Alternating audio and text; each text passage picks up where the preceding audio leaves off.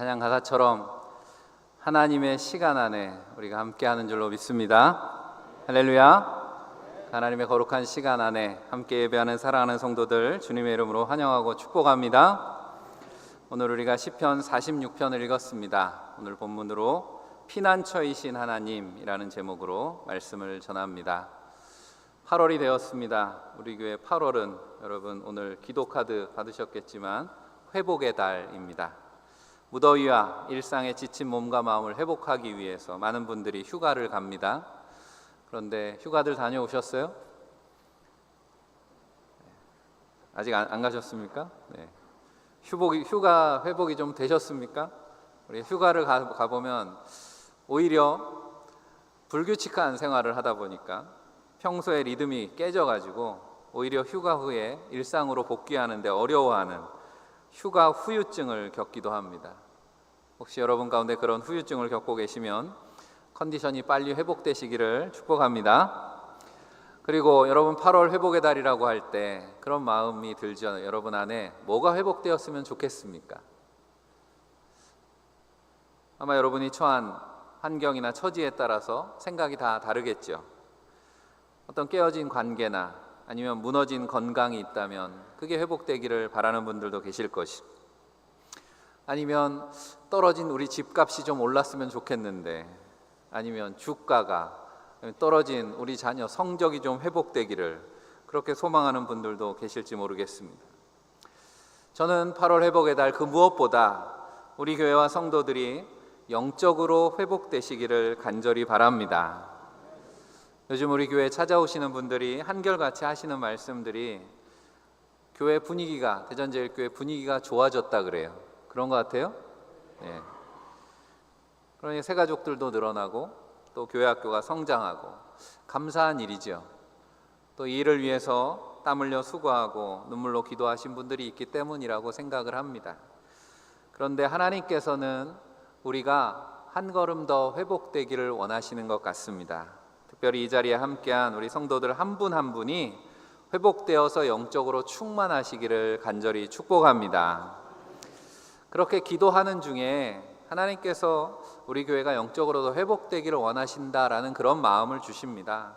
그래서 제 나름대로 그 목표를 가지고 기도하는데 8월 회복의 달에 여러분과 함께 더 집중해야 될 일은 기도라는 생각을 했습니다. 우리가 8월 28일에 우리 밖에 오시면 현수막도 붙어 있고 게시판에 이제 포스터도 붙이고 여러분 주보에도 광고가 나갔는데요. CTS 기독교 방송에서 주관하는 부흥 어게인이라고 하는 촬영을 우리 교회에서 하게 됐습니다. 제가 요청한 게 아니고 CTS에서 이 날짜를 딱 정해가지고 우리 교회에서 했으면 좋겠습니다라고 요청이 들어와서 처음에는 살짝 고민하다가 하나님이 그냥 그렇게 불러주신다는 생각이 들어서 흔쾌히 요청을 수락을 했습니다.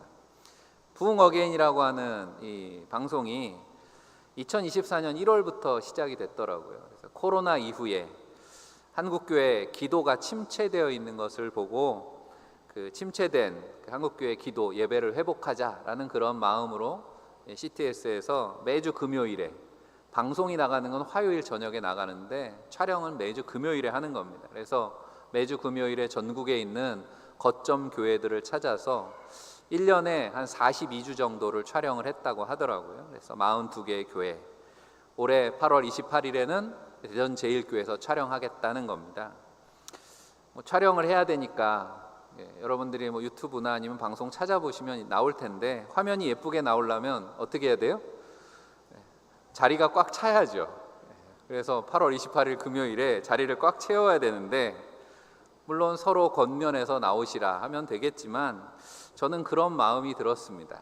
하나님께서 우리에게 이런 시간을 허락해 주셨다 생각이 들고, 모든 성도들이 영적으로 회복되어서 여러분들의 기도의 자리가 회복돼서 그날에는 사모하는 마음으로 누가 나오라 하지 않아도 그렇게 함께 모여서 기도하는 자리가 되시기를 간절히 바랍니다.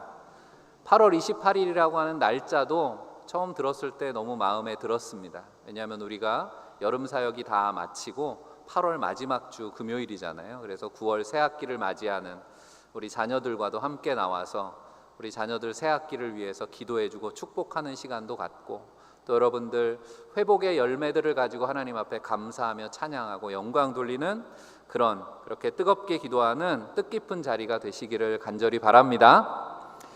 오늘 그렇게 8월 첫 주일, 우리가 8월 마지막 주일을 바라보면서 우리가 회복하는 그런 마음을 가지고 말씀에 귀를 기울이시기를 바랍니다. 먼저 첫 번째로 영적으로 회복하기 위해서는 하나님이 피난처이심을 믿는 것이 중요하다라는 거죠.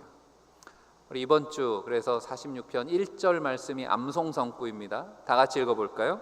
하나님은 우리의 피난처시오 힘이시니 환난 중에 만날 큰 도움이시라. 아멘. 외워야 되니까 이미도 외우신 것 같지만 한 번 더 읽어보겠습니다. 하나님은 우리의 피난처시오 힘이시니 환난 중에 만날 큰 도움이시라. 아멘. 이 말씀 그대로 믿으십니까? 우리 오늘 본문에만 하나님은 우리의 피난처이십니다 라는 고백이 3번 나옵니다. 3번 반복해서 이 말씀을 우리 시편에서 고백하고 있습니다. 성경에서 2번 반복해서 나오면 강조하는 거다 그랬습니다. 3번쯤 반복해서 나오면 최상급인 거죠. 완전한 고백입니다. 오늘 본문인 시편 46편에는 고라자손의 시라고 하는 그런 설명이 붙어 있습니다. 여러분들이 성경을 펴고 계시다면, 그런데 고라자손은 어떻게 이런 믿음의 고백을 담은 시편을 기록하게 되었을까요?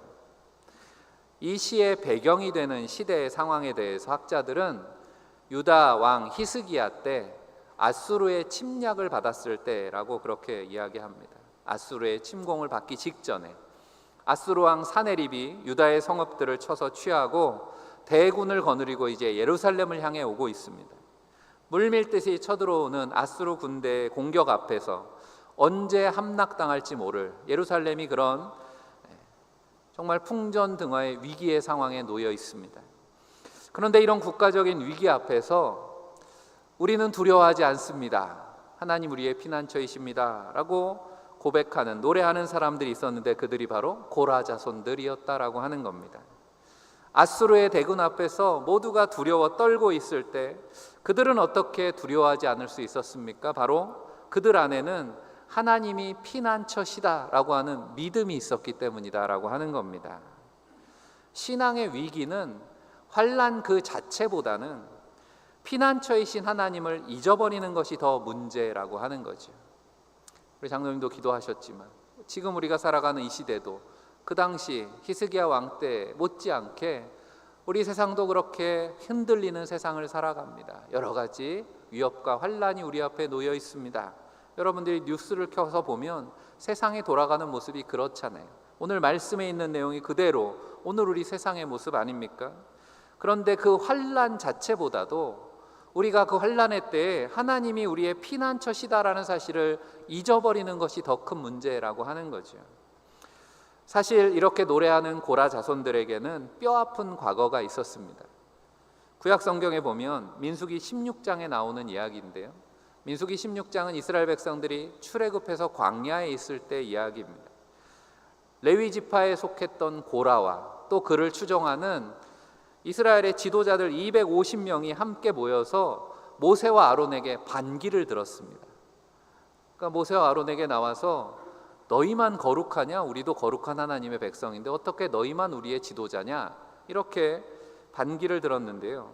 그러는 사이에 그들이 모세를 통해서 그들을 구원하시고 이끄시는 하나님을 망각했던 거죠. 모세와 아론에게 반기를 드는 것이 결국은 하나님께 반기를 드는 셈이 되었다라고 하는 겁니다. 그래서 결국 그들이 어떻게 됩니까? 땅이 갈라져서 지진이 나는 거죠. 땅이 갈라져서 고라의 모든 자손과 집이 재산이 다 그 땅 속으로 그렇게 삼켜지고 말았습니다. 그리고 그를 추종하던 250명은 하나님의 불이 임해서 그들을 다 불살라 버렸다 성경은 말씀합니다. 그러면 고라의 집과 자손이 다 망했는데, 다 땅 속으로 들어갔는데 어떻게 고라 자손이 이 시를 쓸 수 있었을까요? 민수기 26장에 보면 답이 나오는데요. 민수기 26장은 가나안 정복을 앞두고 이제 출애굽을 마친 이스라엘 백성들 출애굽 2세대라고 이야기하죠. 출애굽 2세대들이 가나안을 앞두고 하나님께서 그 숫자를 세라고 하신 그 장면이 민수기 6장에 나옵니다. 그 말씀 속에 26장 10절에 이런 말씀이 나요. 땅이, 그러니까 그 고라의 사건을 다시 언급합니다. 땅이 그 입을 벌려서 그 무리와 고라를 삼키매 그들이 죽었고 당시에 불이 250명을 삼켜 징표가 되게 하였으나 고라의 아들들은 죽지 아니하였더라. 고라의 아들들이 죽지 않았어요. 반역한 고라의 무리는 죽었지만 하나님께서 고라의 아들들은 살려두셨습니다. 그리고 그들은 레위 지파였으니까 변함없이 하나님의 성전을 섬기게 했습니다. 하나님은 고라의 자손들을 이후로도 성전의 문지기로도 사용하시고 또 찬양대로 귀하게 사용하셨다는 기록이 나옵니다. 고라 자손들은 그렇게 비록 과거에 아픈 상처가 있었지만 하나님의 은혜로 회복을 경험했습니다. 그래서 그들이 나라가 위기에 처한 상황에서도 자신들을 회복시켜 주신 하나님, 그 하나님은 우리의 피난처이십니다라고 담대하게 노래할 수 있었다라고 하는 거죠. 이 고라 자손의 히스토리를 이렇게 듣고 나면 오늘 시편 46편 말씀이 내용이 새롭게 다가오잖아요. 2절 3절에 그러므로 땅이 변하든지 산이 흔들려 바닷 가운데 빠지든지 우리는 두려워하지 아니하리로다.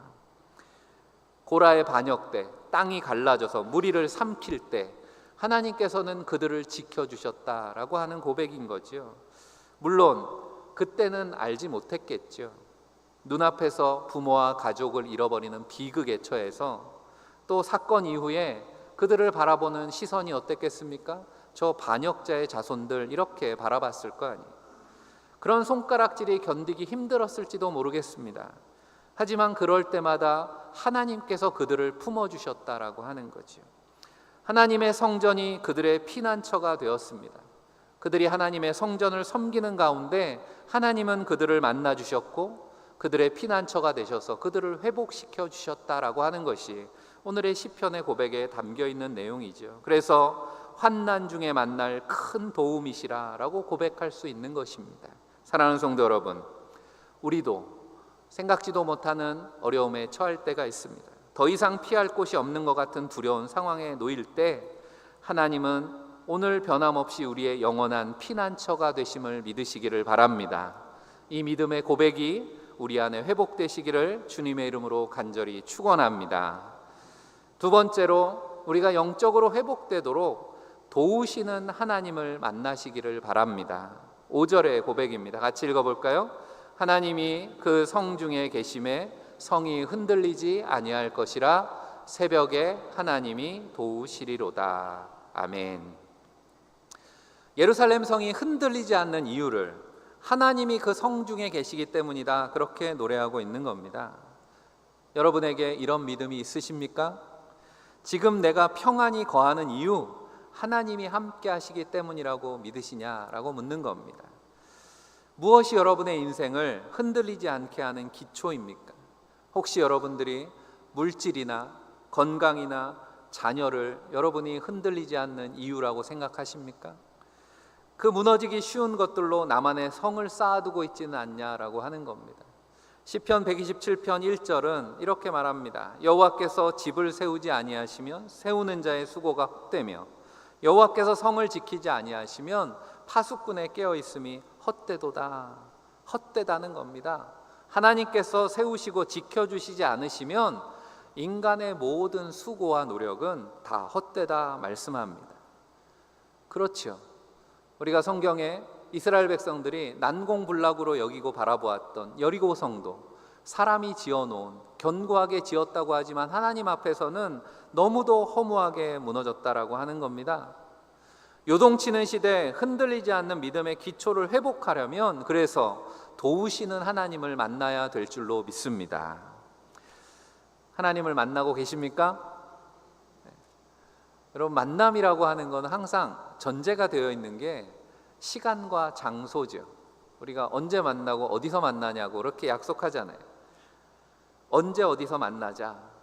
그러면 여러분은 언제 어디서 하나님을 만나십니까? 물론 하나님은 우리와 같이 시간이나 공간의 제약을 받는 분이 아닙니다. 언제 어디서나 함께 하시는 분이라고 성경은 말씀하죠. 하지만 문제는 우리에게 있죠. 우리는 시간과 공간의 제약을 받는 그런 연약한 육신을 가지고 살아갑니다.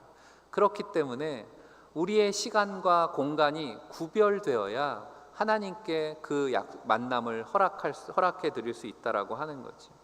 하나님은 우리의 시간과 공간 속으로 찾아오셔서 만나주시는 분이기 때문에 그렇습니다.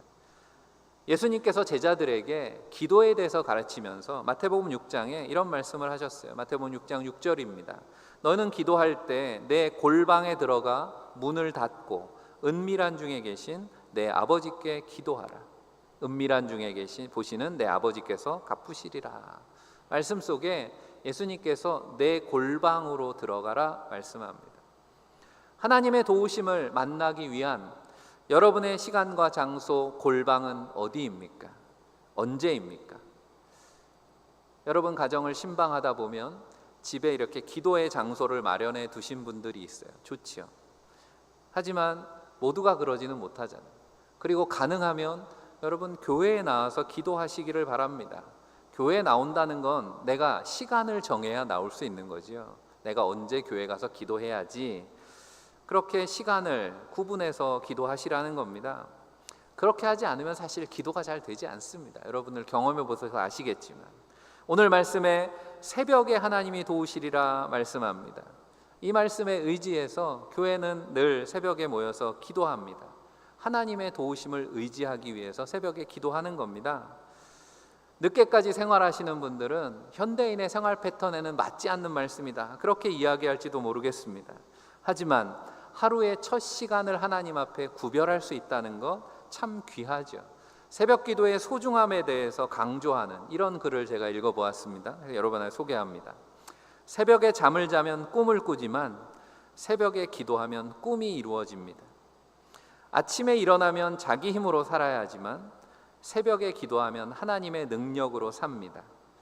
아침에 눈을 뜨면 해야 할 일이 보이지만 새벽에 기도하면 도우시는 하나님을 만납니다.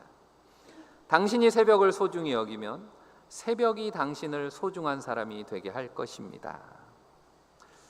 그럴듯합니까? 여러분, 새벽을 깨운다라고 하는 것은 내 것이라고 여겼던 삶을 하나님의 주권 아래에 있는 삶으로 날마다 회복한다는 그런 의미를 갖고 있는 겁니다. 새날을 주시고 새로운 생명의 호흡을 날마다 허락하시는 하나님을 의식하고 하나님의 음성에 귀 기울여서 하루의 시간을 하나님의 도우심에 맡기는 그런 시간이다라는 거죠. 물론 여러분, 안 하던 새벽 기도를 갑자기 하라 그러면 쉽지 않습니다. 그래도 도전해 보시기를 바랍니다. 우리가 세일의 새벽 기도를 사순절에 하잖아요. 3주 새벽 기도 한 걸로 1년을 버티려고 하지 마시라는 거예요. 여러분, 다시 새벽 기도에 도전해 보시기를 바랍니다. 하루부터 시작하는 겁니다. 여러분, 일주일의 첫날 월요일은 내가 기도해야지, 그렇게 월요일 새벽에 주님 전에 나오시기를 바랍니다. 아니면 나는 주말에 한 주의 시간을 주님 앞에 이렇게 맡기면서 기도해야지 하면 주말에 오셔서 기도를 해도 좋겠습니다. 새벽이 어려운 분들은 새벽에 꼭 기도하시라는 것도 아닙니다. 새벽에만 도우시겠습니까? 우리가 기도하는 자리에 하나님 언제나 도움의 하나님이 되시죠. 여러분들 내게 맞는 시간을 택하셔도 좋습니다. 요즘 날씨가 덥습니다. 그래서 혹서기에는 교회 본당이 너무 뜨거워질까 봐 낮에 좀 냉방을 켭니다. 우리 악기들도 있고 그래서 냉방을 좀 켜는데 그 시간에 오셔서 기도해도 좋습니다. 집 가깝고 시간이 되시면 그 시간에 함께 기도해 주셔도 좋겠습니다. 또 이번 주 금요일에 우리가 다락방 기도회로 모입니다. 제가 부임해서 8월 매월 첫 주일 금요일은 다락방 기도회, 그래서 좀 우리가 기도하자 이런 의미로 말씀을 드리고 함께 모이는데 점점 모이는 숫자가 줄어드는 것 같습니다. 다시 기도에 힘을 내시기를 바랍니다. 이번 주 금요일에는 주님께서 1시간 깨어 기도할 수 없느냐 하는 말씀 붙들고 같이 기도하려고 합니다. 금요 기도회는요, 우리 교회에서 성도들이 모여 합심해서 뜨겁게 기도하는 유일한 시간입니다. 여러분들이 매 시간 그렇게 뜨겁게 기도하는 것 같지만 제가 가만히 보면 금요일 저녁 제일 뜨겁게 기도합니다. 그리고 그렇게 뜨겁게 기도할 때 한국교회가 부흥도 경험하고 성령도 체험한 줄로 믿습니다. 다락방 기도회가 그런 시간이 되기를 간절히 축복합니다. 제가 이렇게 말해도 새벽 기도, 금요 기도는 나랑은 아무 상관없는 시간이야 라고 생각하시는 분들도 있을 거라고 생각합니다. 하지만 주님께서 우리를 만나주시는 시간, 중요한 것은 도우시는 하나님을 만나는 시간이다라고 하는 겁니다. 그런 시간을 만드시라고 하는 겁니다. 그래서 흔들리지 않는 믿음의 기초가 회복되는 저와 여러분들이 되시기를 주님의 이름으로 간절히 축복합니다. 마지막으로 회복을 위해서 만군의 여호와를 바라보시기를 바랍니다. 오늘 말씀 7절과 11절을 읽어보시면 똑같습니다. 마치 후렴처럼, 노래의 후렴처럼 반복되는 말씀. 7절을 같이 읽어볼까요? 만군의 여호와께서 우리와 함께 하시니 야곱의 하나님은 우리의 피난처시로다. 아멘. 만군의 하나님, 만군의 여호와라는 말씀에 만군이라고 하는 히브리어가 차바라는 단어입니다. 이 차바가 처음 성경에 나오는 말씀은 창세기 2장 1절입니다. 천지와 만물이 다 이루어지니라. 만물이라고 했죠. 그러니까 만군이라는 말과 만물이라는 말이 공히 히브리어 차바입니다. 만군이라는 말은 많은 군대라는 뜻이잖아요. 그런데 만물이, 하나님이 지으신 피조물, 만물이 하나님의 많은 군대라는 그런 의미가 되는 겁니다. 무슨 말입니까? 실제로 성경에 보면 하나님께서 천지 만물, 피조물들을 사용하셔서 하나님의 군대처럼 사용하시는 장면들이 곳곳에 나옵니다. 하나님은 때로 바닷물을 이용하셔서 또는 우박으로 적군을 물리치기도 하시고 때로는 태양을 멈추게 하시면서 전쟁을 승리로 이끌기도 하셨다는 그런 말씀들이 나옵니다. 만물을 주관하시는 하나님을 믿으시기를 바랍니다. 우리가 두려운 상황 속에서 하나님이 피난처가 되심을 믿고 도우시는 하나님을 의지할 때 우리는 만물을 주관하시는 하나님을 보게 되는 겁니다. 오늘 8절 9절에 와서 여호와의 행적을 볼지어다. 그가 땅을 황무지로 만드셨도다. 그가 땅끝까지 전쟁을 쉬게 하시며 활을 꺾고 창을 끊으며 수레를 불사르시는도다 말씀합니다. 그렇게 세상을 다스리시고 역사를 주관하시는 만군의 하나님의 능력을 봐야 된다는 거죠. 어떻게 하면 우리가 그 만군의 하나님의 다스리심을 보게 됩니까? 이어지는 10절에 이르시기를 너희는 가만히 있어 내가 하나님 됨을 알지어다 말씀합니다. 너희는 가만히 있어 내가 하나님 됨을 알지어다 라는 말씀은 여러분 출애굽기 14장을 떠오르게 하는 그런 말씀입니다. 뒤로는 애굽의 군대가, 애굽의 병거가 모래바람을 일으키면서 쫓아오고 있습니다. 그런데 앞에는 홍해바다가 가로막고 있는 그런 상황에 이스라엘 백성들이 두려워서 이제 다 죽었다라고 부르짖고 있는 그 백성들을 향해서 모세가 뭐라고 외칩니까? 출애굽기 14장 13절에 너희는 두려워하지 말고 가만히 서서 여호와께서 오늘 너희를 위하여 행하시는 구원을 보라 말씀했습니다.